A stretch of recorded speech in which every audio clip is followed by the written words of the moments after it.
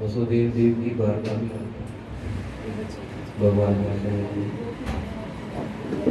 माता पिता को भगवान ने द्वारका में, तो नारद जी को लगा दक्ष प्रजापति ने शाप दिया था ना, तुम एक जगह नहीं रुकोगे, चलते रहोगे तो द्वारका में पहुंचने पर शाप का प्रभाव नहीं पड़ता है। ठीक है, इसलिए बार बार नारद मुनि कहाँ जाते थे? हाँ, जब इधर उधर घूमते थक जाते थे तो द्वारका में जाते। तो एक दिन द्वारका में पहुंचे नारद मुनि, तो भगवान कृष्ण ने कहा तो वसुदेव देव की है ना, वो भी पुत्र मानते हैं, लेकिन ऐसा है पुत्र स्नेह बना रहेगा तो उनको बार बार जन्म लेना पड़ सकता है। और मैं कोई पुत्र मान के मैं ज्ञान दूंगा तो मेरे से ज्ञान, घर से मैं कितने भी बड़े सिखाने वाला हो ना, उनको बाहर ही भेजना पड़ता है। माँ पढ़ी लिखी है लेकिन वो ट्यूशन के लिए भेजना पड़ता है।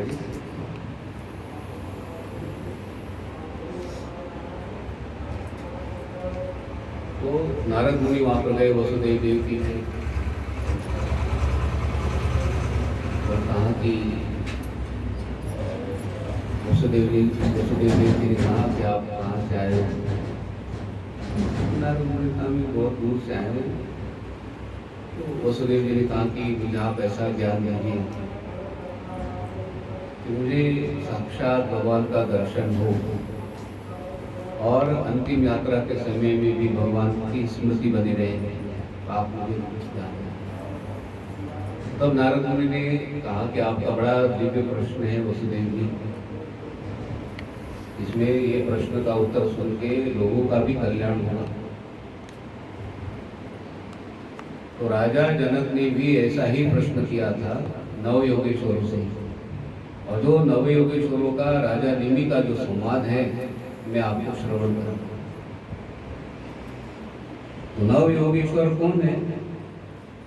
कविर्हरिरंतरिक्ष प्रबुद्ध पिप्पलायनः आविर्होत्रो तद्रुमिलश्चमस करभाजनः।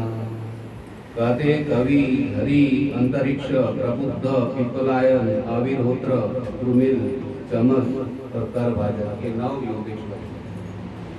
और ये राजा जनक के यहाँ, राजा निमि के यहाँ पर आए हुए। वो संवाद दोनों का नारद मुनि वसुदेव जी को श्रवण करेंगे। तो विदे राजा जनक ने पानी पीने ब्रिज में लगे होते हैं, निकाल धीरे धीरे। जय श्री कृष्ण, जय श्री कृष्ण, जय श्री राधे, जय श्री राधे, जय श्री कृष्ण, जय श्री कृष्ण, जय श्री राधे, जय श्री राधे। तो विदे राजा जनक ने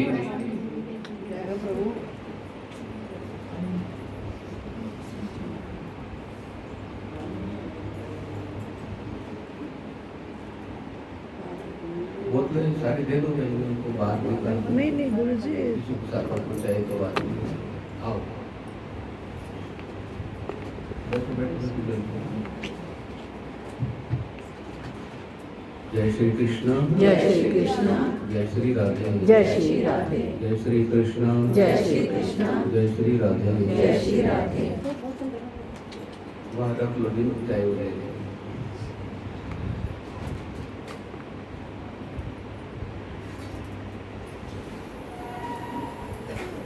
क्या विषय चल रहा था? राजा जनक ने कहा, राजा जनक ने कहा आप हमारे घर आकर पधारे हो। दुर्लभो मानुषो देहो देहिनाम क्षणभंग्रह तत्रापि दुर्लभम मन्ये वैकुंठ प्रिय दर्शनम। योगेश्वरों को कहा कि मनुष्य शरीर बहुत दुर्लभ है और ये क्षणभंगुर भी है। ये कैसा है? दुर्लभ भी है और क्षणभंगुर भी। 84 लाख जन्मों के बाद ये मनुष्य शरीर मिला। अब ये कहते हैं क्षणभंगुर। क्षणभंगुर का अर्थ भी इसकी गारंटी वारंटी नहीं है। ठीक है, इस शरीर की गारंटी वारंटी नहीं है।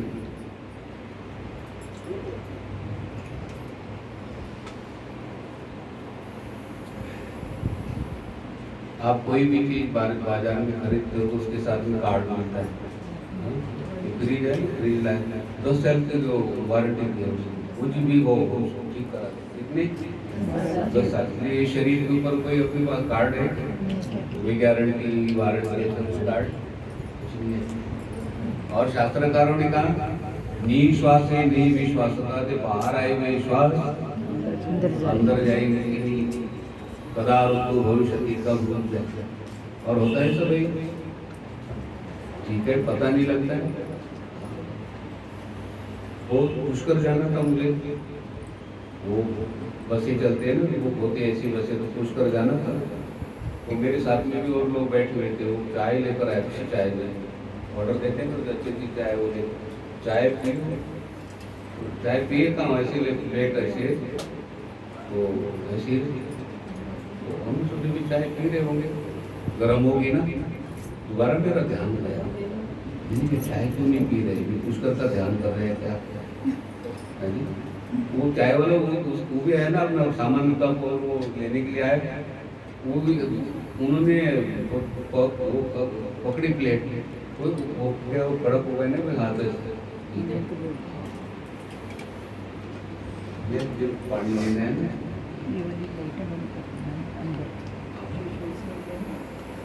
लेते आप भी बैठो, ले बोतल ले लो हाथ में, आप भी बैठो, आप भी बैठो बैठो छुओ, प्यास लगती है ना। तो जिसमें कीर्तन चलता है ना, उसी समय दो लोग उठकर अपना पानी अगली भागवत में और ध्यान रखें। बीच में टेबल छोटा, बीच में टेबल, उसके ऊपर 10-12 बोतल ऐसे, उसको धीरे से कीर्तन शुरू हो गया, धीरे से ले लिया, ठीक है, बराबर है।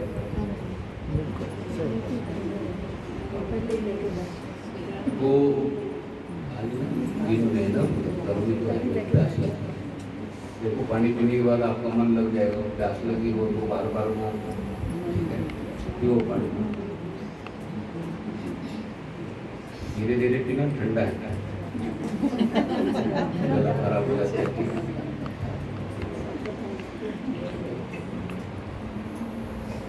वो कोई बोलते थे भाई वो गोली अंदर पहुंच गए जलंधर, दम जलंधर, बुखार की गोली बोलते हैं, गोली अंदर, वो गोली ले लिए और पहुंच गए तो जल्दी ठीक हो जाते थे दवाई बोलते।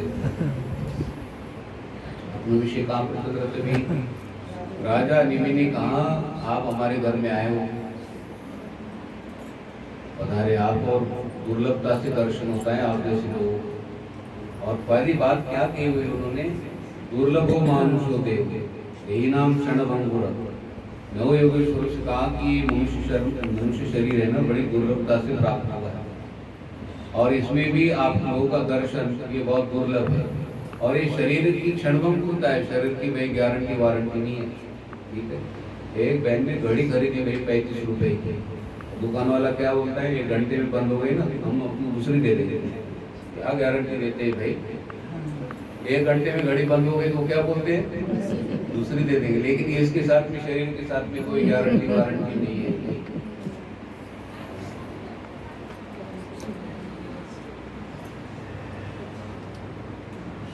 वो नारद जी ने कहा, भला उपदेश जो है ना कवि योगेश्वर, उन्होंने कहा भाई दुर्लभ शरीर है, दुर्लभता से मिलता है, लेकिन शरीर का सदुपयोग करे तो इसी जन्म में भगवत साक्षात्कार कर सकते हैं।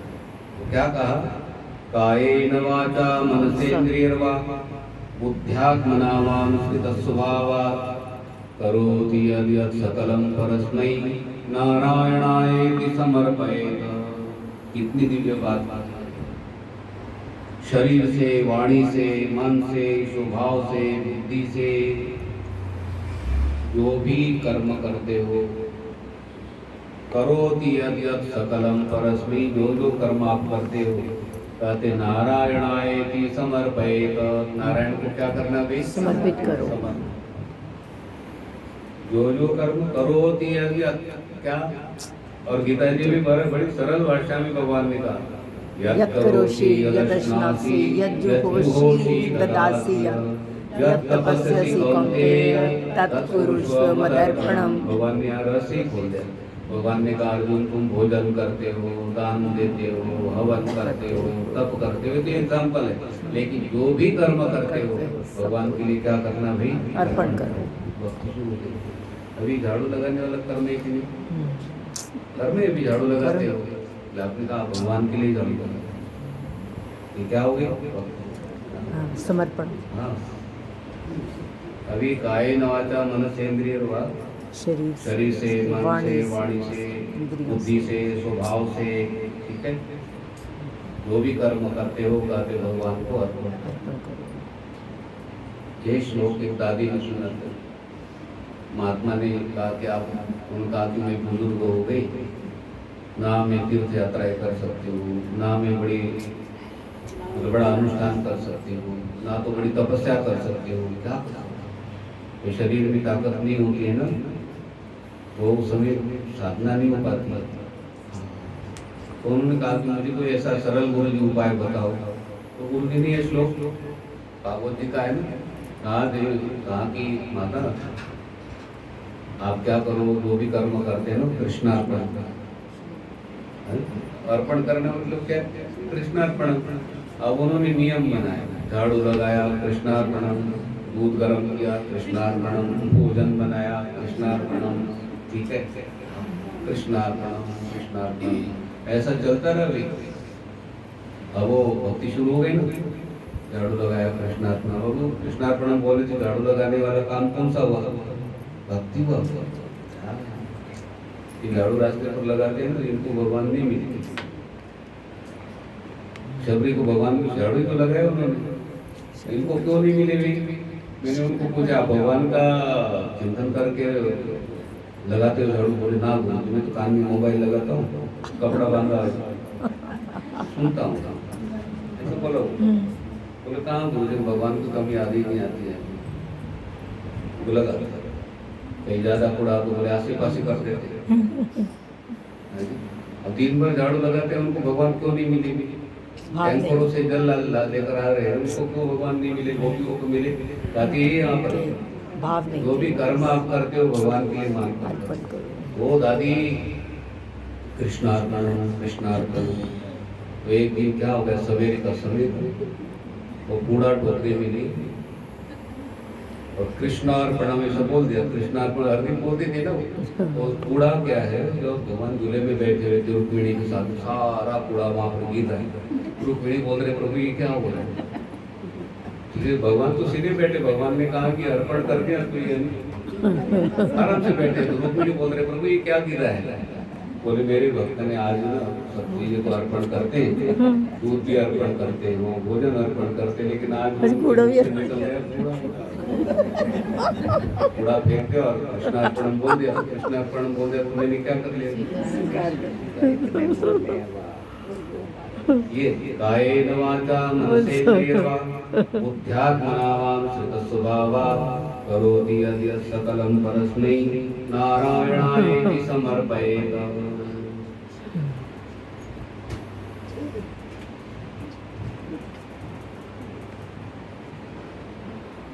ये नव योगेश्वरों का संवाद बहुत विस्तार के साथ सुनिए, लेकिन हमें एक प्रेरणा मिल गई, जो भी कर्म करो भगवान के लिए मानकर करो। तो आपके घर में क्या होगी, भक्ति शुरू हो गई ना। फिर दिन भर हम भक्ति नहीं कर सकते। कौन बहन है भी, कौन भाई है जो सवेरे से माला लेकर शाम तक बैठे? आप ऊपर करो। लेकिन आप भोजन बनाते हो, झाड़ू लगाते हो, बच्चों को स्कूल भेजते हो, भगवान को अर्पण करते जाना भगवान को। तो ये क्या हो गई भाई? भक्ति हो गई। घर में रहकर आप राजा जनक हो गए हो।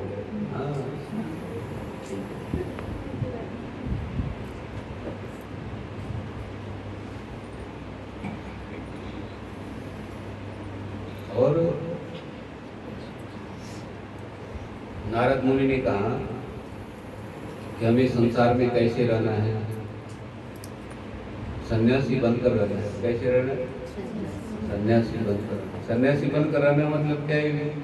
अनाश्रिता कर्म फलम कार्यम कर्म करोति।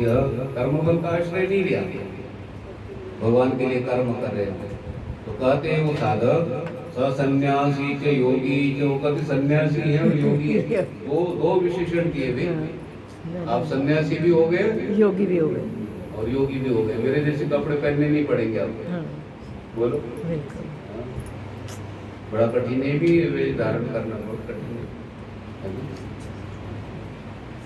तो शुरू भिक्षा करके रहना पड़ता था ऋषिकेश में। फिर गीता पढ़ते थे, एक श्लोक 100 बार पढ़ते थे। ठीक है, वो भिक्षा करके भोजन लाते थे वहाँ से। और एक ही डिब्बे में देखो दाल भी, रोटी भी, हलवा भी, सारी चीजें उसमें उसको मिला के खाना भी, और गंगा जी का पानी पी के। समय गुजारा बड़ा कठिन भी, कठिन था। मैंने तो तब शिक्षा मिली भी भक्त होते हुए राजा जनक बन के अपने घर में रहो, एसी चला के। एसी चला के। हाँ, उन्होंने मैसेज डाला था पिछले घर में, बोले कहीं नहीं जाना, अपनी एसी को अच्छी तरह से चलाओ, ताकि घर में रहो, अपना आनंद लो। इधर बाहर जाके बीमार पड़ जाओगे तो क्या होगा। बिल्कुल। ऐसे एक मैसेज आया था, बोले घर में रहते को बहुत गर्मी होती, क्या हुआ तो उस समय कोरोना का क्या चक्कर पड़ा था पता नहीं। हाँ हाँ, बोला अपने घर के बाहर में चलाओ एसी, बोले बढ़िया आराम से रहो। राजा जनक बन के रहो अपना आराम से घर पे, ठीक है। क्योंकि गर्मी में भाई वृंदावन में भी जाओगे ना, अभी अगले महीने में इतनी गर्मी होती है, भगवान छाता भी काम नहीं करता हूँ। तो वेदांतानंद महाराज जी का प्रोग्राम उसमें बोले, भोला जी का फोन आया था उन्हें, तो वहाँ से कुटिया से लेकर मंच तक पहुँचे ना, छाता लेकर, और छाती से छाता भी गर्म हो जाती, छाती से धूप लगती गई। और वो मंच पर बैठते हैं तो ऐसा लगता है चारों तरफ हीटर चल रहे हैं, बढ़िया। कहीं आप मधुवन नहीं जा सकते हो, निधिवन नहीं जा सकते हो। पानी की बोतल, बच्चा गोदी में ना, कोई बात नहीं है, पानी की बोतल होनी चाहिए। वही अपना छोटा काका है। और देवे अपने काका को उनके पास देते, पति देव को संभालो, पानी की बोतल में संभालती हो। बोलो, पानी की बोतल, पानी पी के वहाँ पर रहना पड़ता है। ठीक है, गर्मी में जाते अपने मौसम ठीक होना, तब अपनी याद तीर्थ यात्रा। गुजरात से लोग निकले, वो यात्रा में 5,000 का पानी पड़ी। बोले गुरु जी 5,000 का पानी मांगे, क्यों गर्मी में निकले वहाँ? भगवान को थोड़ी काफी गर्मी में आओ।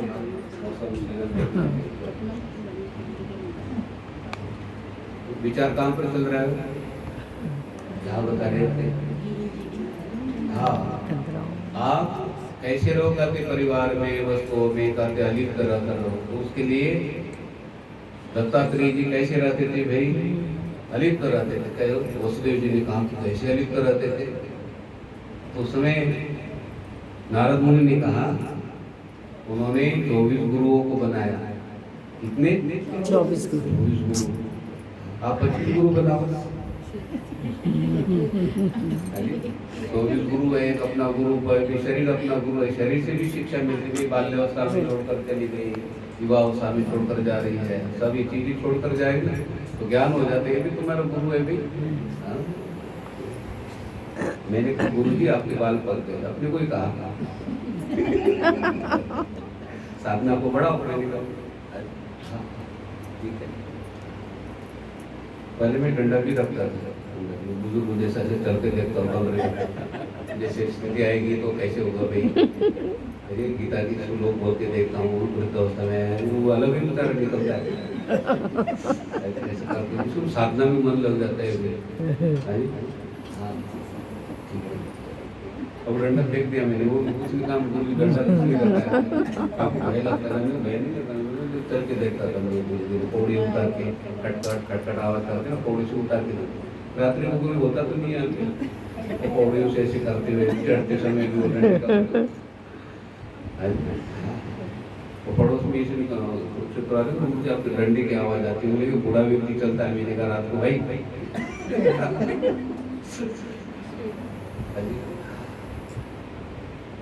जीवन में उतारनी पड़ती बेटी, जिससे का हमारा मन लग जाता है साथ।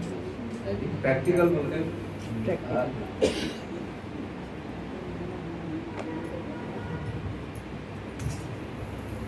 तो 24 गुरु बनाए दत्तात्रेय जी ने, 24, और उनके नाम ले यहाँ पर देखो।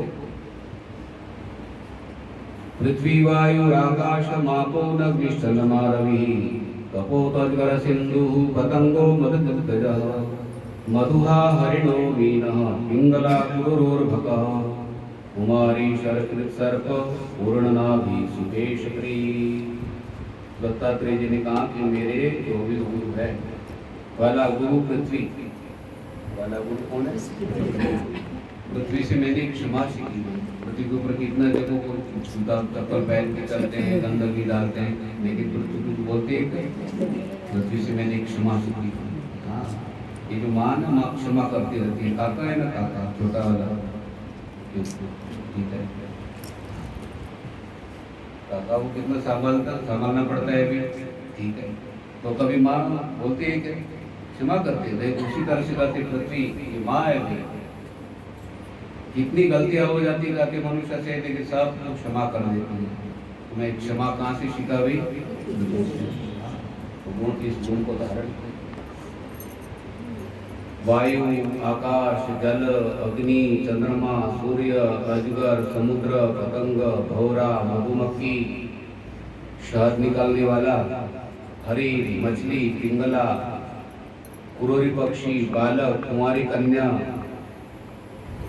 बाण बनाने वाला, सर्प, मकड़ी, लिंगी कीट, इनको मैंने गुरु बनाया। जहाँ से शिक्षा मिली वो मैंने ग्रहण कर लिया और शिक्षा को लेकर मैं संसार में विचरता हूँ। लेकिन कैसे रहता हूँ भाई? योगी और सन्यासी।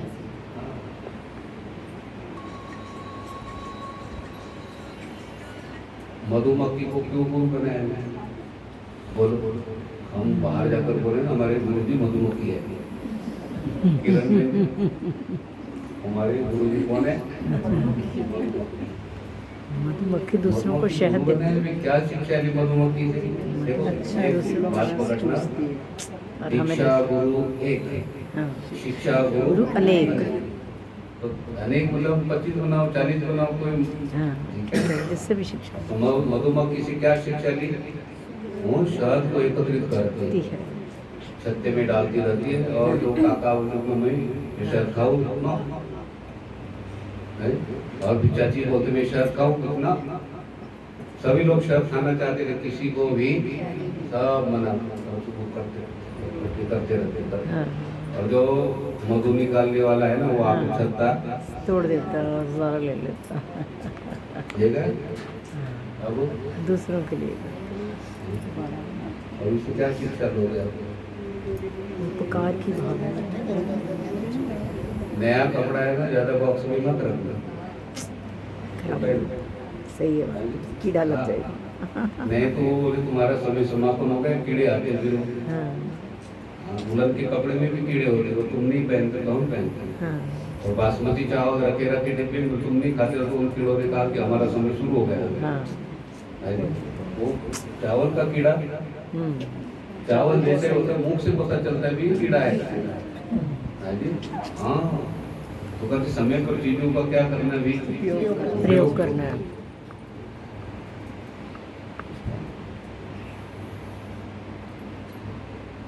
उस वाले इतने रखी और बोले काकू की शादी में करेंगे। काकू की शादी, फिर काकू की शादी के समय शादी के समय बॉक्स खोला तो सारा क्या हो गया? कीड़ों ने आवाज दी, हमने पहन लिया है। उनके हाथ में नहीं देना भी, उनके कपड़े हमें दिए भगवान ने धारण करने के लिए, तो उनको कीड़ों को क्यों दें? कीड़ों को लेने के पहले उसका क्या करना भी, यह भी शिक्षा मिल गई थी। इतनी बड़ी शिक्षा मिल गई।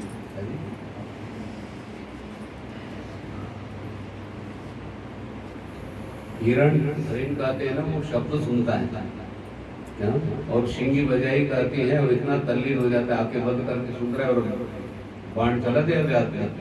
तो क्या हो गया? मर गया हो गया। तो कहते हैं कान के द्वारा कहते हैं परमात्मा विशेष शब्द का ग्रहण करें। जैसे आप सत्संग श्रवण करते हो, गीता पढ़ते हो, गीता जी का श्रवण करते हो, श्रीमद् भागवत जी का श्रवण करते हो, तो कान के लिए जो शब्द होते हैं नहीं, शब्द तो बहुत है संसार के अंदर में, लेकिन परमात्मा विशेष शब्द, ये जो शब्द चल रहेगा ये परमात्मा विशेष है। और जो हिरण ने सुना था वो परमात्मा विशेष शब्द नहीं था, वो शब्द सुनने के कारण हिरण को अपनी जान माना। ठीक है, वही विषय देते नहीं है लेकिन करके जीवन बिगाड़ देते हैं। हाँ, सावधानी रखें।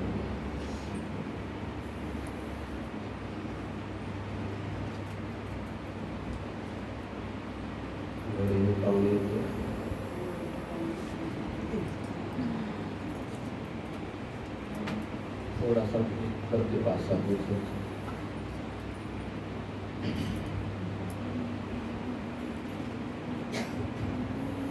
तो कहते हैं कि कुमारी कुमारी कन्या है ना, उनके घर में वो सब देखने के लिए आए ना, तो उनके घर में कोई थे नहीं। अब गेस्ट लोग तो आ गए ना, पर फोन आदि कुछ मोबाइल थे नहीं, वो बैठ गए। अब उन्होंने देखा घर के अंदर तो कुछ वो धान आदि चावल नहीं, पहले सब्जी आदि कुछ नहीं थे ना भैया जी, तो उन्होंने क्या कर लिया, वो धान कूटनी शुरू की। धान कूटने और ये दत्तात्रेय जी वहाँ से घर के सामने से जा रहे वहाँ रुक गए। वो आवाज़ हुई चूड़ियों की थोड़ी सी, तो उन्होंने क्या कर लिया, वो चूड़िया वो उतार के रखी, दो रखी, दो रखी, तो वो फिर वो भी बजने लगी। तो उन्होंने एक चूड़ी और निकाली, एक चूड़ी और निकाली, एक रही और फिर सूट कर आवाज़। तो दत्तात्रेय जी ने कहा कि कन्या कितनी भी इसमें शिक्षा मिल जाती है, बहुत ज़्यादा अंदर चूड़िया हुई और उसको उठते रहे, तो आवाज़ वगैरह में बहुत ज़्यादा लोगों में बैठे तो क्या होगा भाई, बहुत ज़्यादा लोगों में बैठे तो साधना नहीं हो पाएगी, है जी।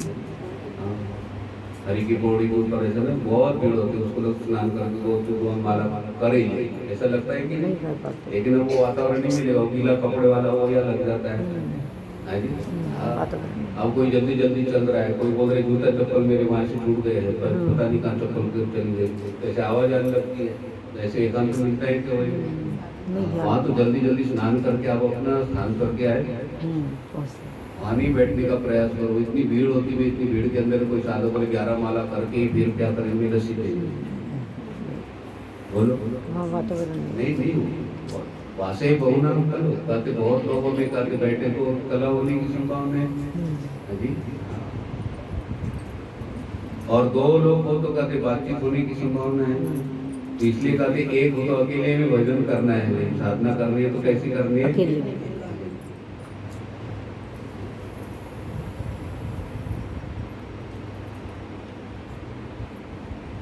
भजन एकांत में। कहते जिसमें आपको भजन करना है ना, तो कहते हैं भजन एकांत में, और दो लोग हो तो कहते अध्ययन करना चाहिए। क्या अध्ययन करना? हाँ, जैसे बालक पढ़ने के लिए दो बालक बैठते ना, तो उसमें ज्ञान बढ़ जाता है, दो में अध्ययन। और तीन लोग हो ना, गायन करना चाहिए।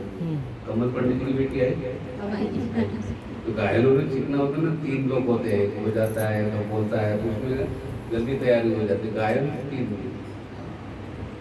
और रास्ते पर चलना हो तो कहते 4 लोग होने चाहिए। तीर्थ यात्रा में, बड़ी तीर्थ यात्रा में जा रहे हैं तो कम से कम अपने मोहल्ले के आदि सब परिचित कितने होने चाहिए, 4 होने चाहिए। नीतिकारों ने बताया अभी।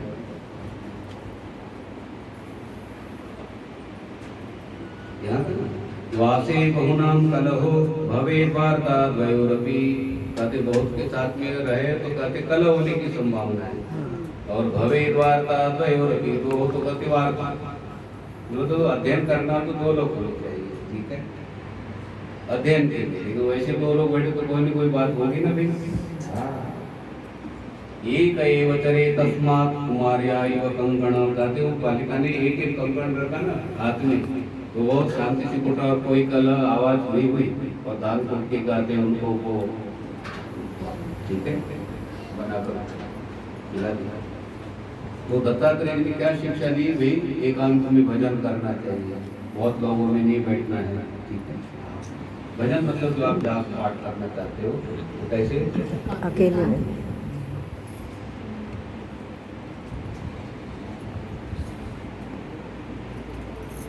कभी कभी विष्णु सहस्रनाम का पाठ करने के लिए बैठता है तो कोई आलोचना, गुरुजी आप कैसे हो, ठीक हो,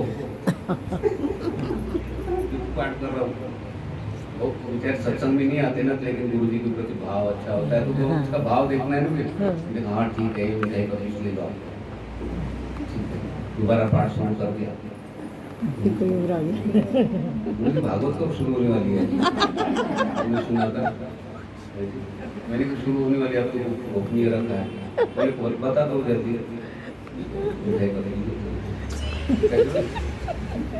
तो विष्णु सहस्रनाम का पाठ करने के लिए ऊपर बैठता हूँ।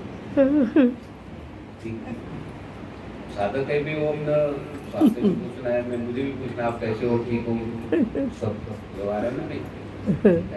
लेकिन वो उस समय पाठ क्या होगा? पाठ नहीं हो सकता। इसलिए रहती है एकांत में बैठना चाहिए।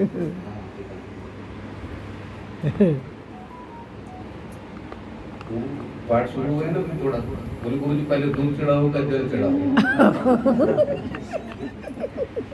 तो जल तो सस्ता है और दूध महंगा है, तो दूध महंगा तो पहले चढ़ाना चाहिए। मैंने को दूध चढ़ाना चढ़ा भैया आप सत्संग में आओ तो आपको पता लग जाएगा। वैसे प्रश्न कौन करता है जो सत्संग में नहीं आते ना, कभी कभी तो आते हैं। अभी मान लो कहीं से आए, किराए पर आए, मालिक के यहाँ रहने लगे, तो अच्छा लगता है मुझे प्रश्न करते हैं ना, पूछ रहे हुए मंदिर में आके इतना तो अच्छा लगता है। पागल सत्तर का भैया कितना अच्छा लगता है, लेकिन उनको थोड़ी पता है विष्णु सहस्रनाम का पाठ कर, मुझे को पाठ कर रहा हूँ।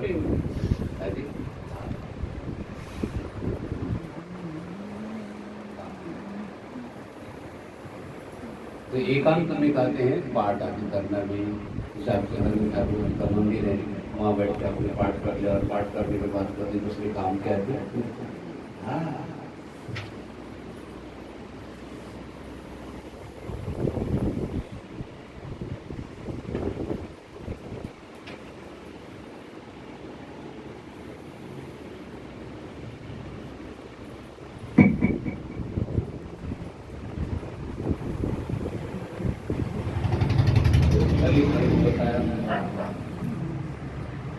कली का क्या धर्म है देखो। कलेर दोष निधि राजन जस्ति एको महान गुणः कीर्तनादेव कृष्णस्य मुक्त संगः परम व्रजे। कहते हैं कलयुग में बहुत दोष है, लेकिन एक गुण महान, कौन सा गुण है? बताते हैं कलयुग में कीर्तन करने से कहते हैं साधक मुक्ति प्राप्त करते हैं। कृते अध्यायतो विष्णु त्रेतायां यजतो मुखैः द्वापरे परिचर्यायां कलौ तद् हरिकीर्तना।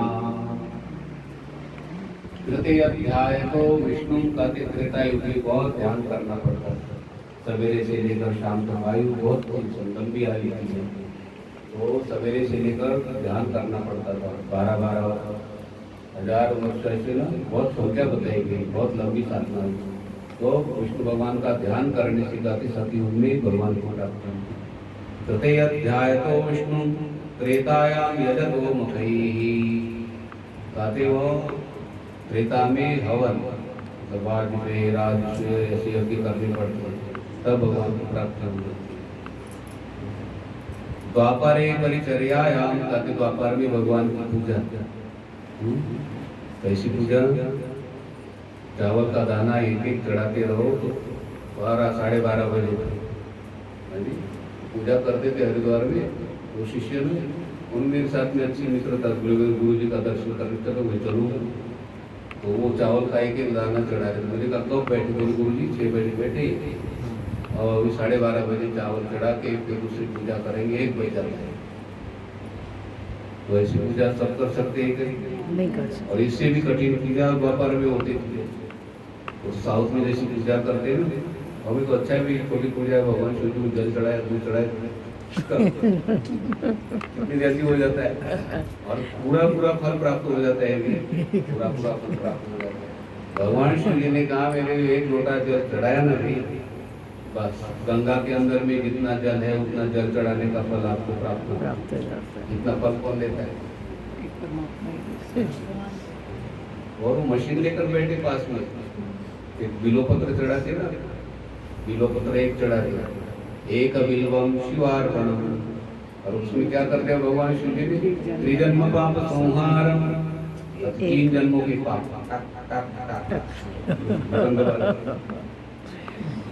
कंप्यूटर सिस्टम में 3 जन्मों के बड़े बड़े पाप आपके क्या 1 बिलोपत्र चढ़ाने से निवेद्य जाता कोटि कन्या महादानम एक बिल्वम शिवार्पणम। कितनी कन्या बताइए? करोड़ों। कोटि करोड़। फटाफट बोलते हो करोड़। एक कन्या को संभालना कितना कठिन होता है जी? हाँ, करोड़ कन्या, कन्यादान का बिलो पत्र है ना चढ़ाया करो। भगवान शिव ने क्या सुविधा दी? आपने बिलो पत्र लाना नहीं कर सकते, लाते तो बहुत बढ़िया, और लाना भूल गए तो शिव जी के ऊपर से उठाना और उसको धो देना और धो के फिर चढ़ाना। कोटि कन्या महादानम एक बिल्वम शिवा। क्या सुविधा दी भाई? कितना बिलो पत्र चढ़ाने का फल है। कभी भगवान शिव जी का बिलो पत्र नहीं मिल रहा है ना, मेरी शिव के ऊपर से जो उठाओ और उसको धो प्रक्षालन करके चढ़ाओ। इतनी सुविधा कौन देते भी? बोलो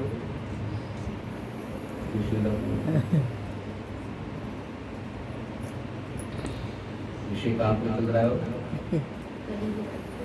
हाँ, कलयुग में कहते हैं कीर्तन का फल तत् हरि कीर्तना कलो तत् हरि कीर्तना, हरि कीर्तन। और भगवान शिव जी ने कहा, पार्वती देवी ने कहा, बोले प्रभु आपका अनुभव बताओ। क्या बताओ? एक्सपीरियंस। क्या बोलते हैं? एक्सपीरियंस।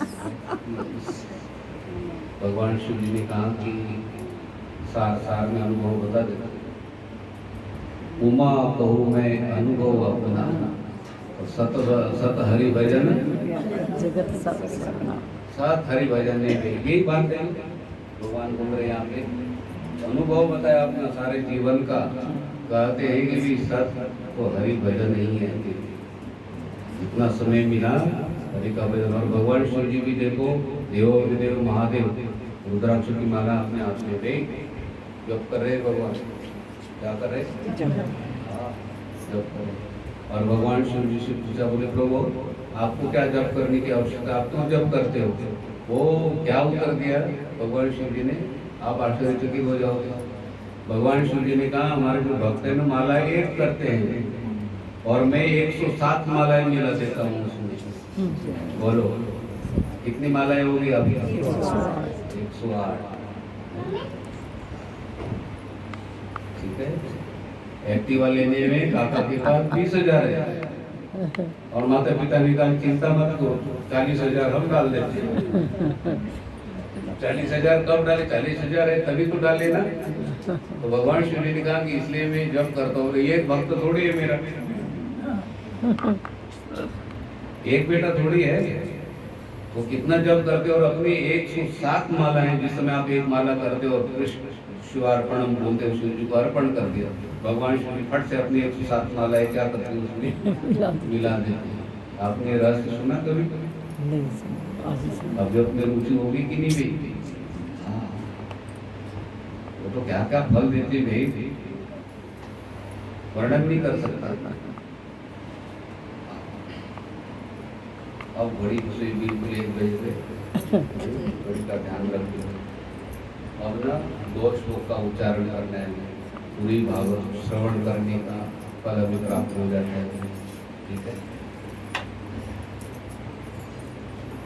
भवे भवे भवे भवे यथा यथा भक्तिः भक्तिः पादयोस् तव जायते तथा कुरुष्व देवेश नाथस् त्वं नो यतः प्रभो भवे भवे यथा भक्तिः पादयोस् तव जायते तथा कुरुष्व